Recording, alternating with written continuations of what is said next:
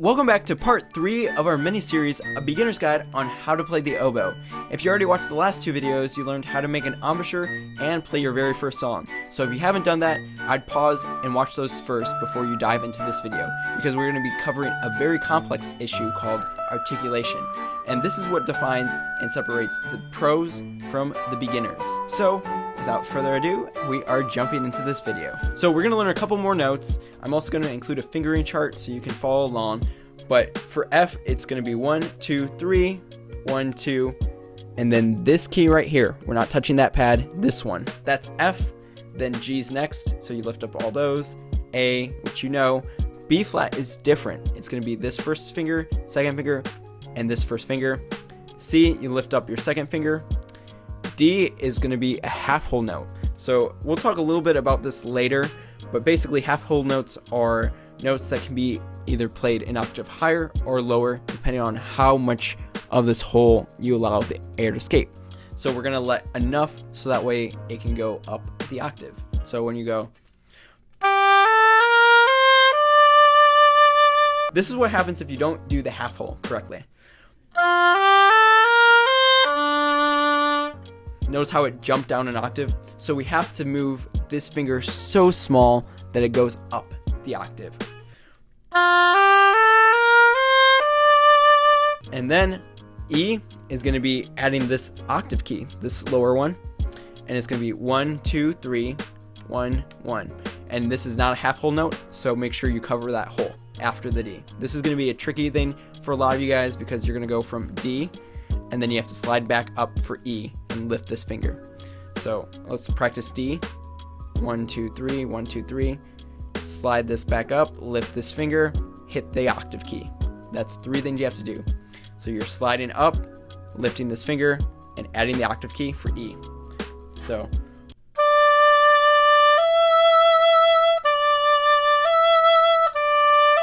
I would practice that by itself for about a minute until you can do it smoothly.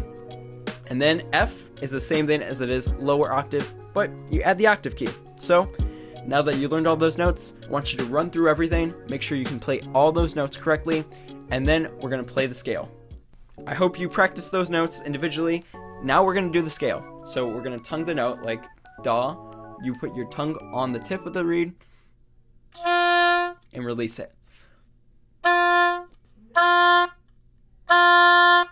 And then I stop it again with my tongue. So now if you want it to slur, you're not going to stop it. So for our scale, we're going to go.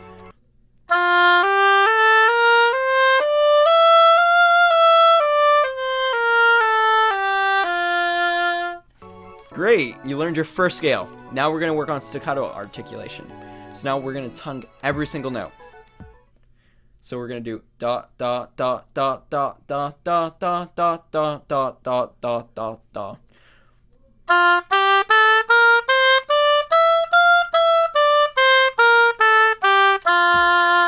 Now, if you're in band class, they'll probably teach you to use a ta syllable. But for oboe, ta is very strong and abrasive to our ears. So when you kind of develop your musical sound and tone, you're going to switch to a da sound. So I would just start off with a da instead of a ta, because ta is very heavy. Watch this.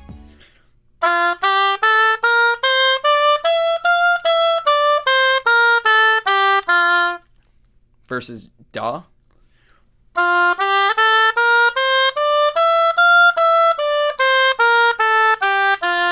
Do you hear the difference? It's pretty big, actually.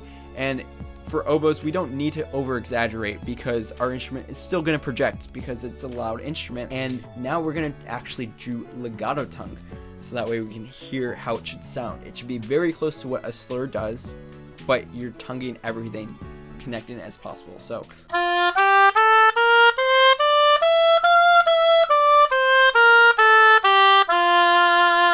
and then that's legato tonguing. Staccato is very short. And then there's a third one where it's in between all that. And then there's ranges between all those. So those are the 3 main ones. So we have short, long, and then middle. Instead of doing a short one, dot, dot, dot, or something long, da, da, da, we're going to do da, da, da, da, da, something in between that.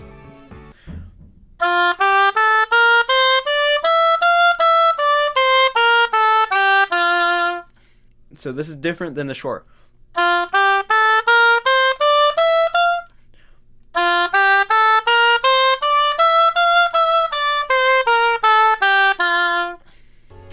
And if you can master those three, you can do any articulation, because you can always lengthen one if it wants to be in between legato tonguing or in the middle, so we want like a medium legato, or you want something like medium staccato. There's something in between that, and there's a huge range. But if you can master these three articulations, you can play anything. And you can always play shorter if you want. Staccato doesn't mean as short as possible, it means more space. When you get into the 20th century music and play Stravinsky, that's when you do peckish sound. So you have,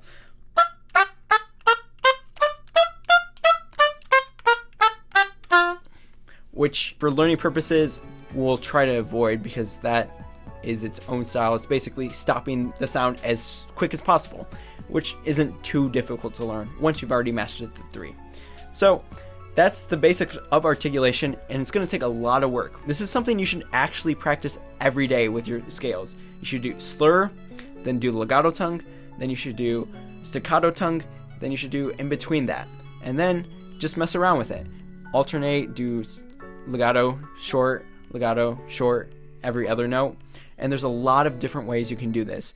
But if you can master this, like I said, this is what separates the pros from the noobs, is this. So I hope you guys enjoyed this video.